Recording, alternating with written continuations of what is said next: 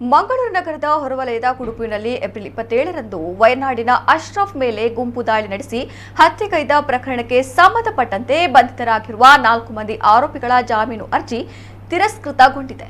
ಆರೋಪಿಗಳಾದ Vivian, Sridatta, Dhanush, Kishore Kumar ಎಂಬವರು ಜಾಮೀನು ಕೋರಿ ಅರ್ಜಿಯನ್ನ ಸಲ್ಲಿಸಿದ್ದರು.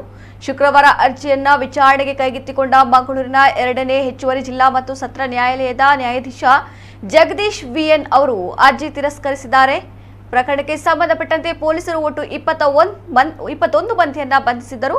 ಆ ಪೈಕಿ ಇವರಿಗೆ 6 ಮಂದಿಗೆ ಜಾಮೀನು ಲಭಿಸಿದ್ದರೆ ಇದೀಗ ಈ 4 ಮಂದಿ ಸಹಿತ 10 ಮಂದಿಯ ಜಾಮೀನು ಅರ್ಜಿ ತಿರಸ್ಕೃತಗೊಂಡಿವೆ. ಆರೋಪಿಗಳ ಪೈಕಿ 4 ಮಂದಿ ಇನ್ನೂ ಜಾಮೀನು ಅರ್ಜಿ ಸಲ್ಲಿಸಿಲ್ಲ. ಒಬ್ಬ ಸಲ್ಲಿಸಿದ ಅರ್ಜಿಯು ಇನ್ನಷ್ಟೇ ವಿಚಾರಣೆಗೆ ಬರಬೇಕಿದೆ. ಈಗಾಗಲೇ ನೀರು ಮಾರ್ಗದ ಸಾಯಿದೀಪ್, ಪದವು ಗ್ರಾಮದ ಜ್ಯೋತಿನಗರದ ಅನಿಲ್ ಕುಮಾರ್, ಕುಲಶೇಖರದ ಯತಿರಾಜ್ ಸಲ್ಲಿಸಿದ ಜಾಮೀನು ಅರ್ಜಿಯನ್ನ ಮಂಗಳೂರಿನ 2ನೇ ಹೆಚ್ಚುವರಿ ಜಿಲ್ಲಾ ಮತ್ತು ಸತ್ರ ನ್ಯಾಯಾಲಯವು ತಿರಸ್ಕರಿಸಿತ್ತು.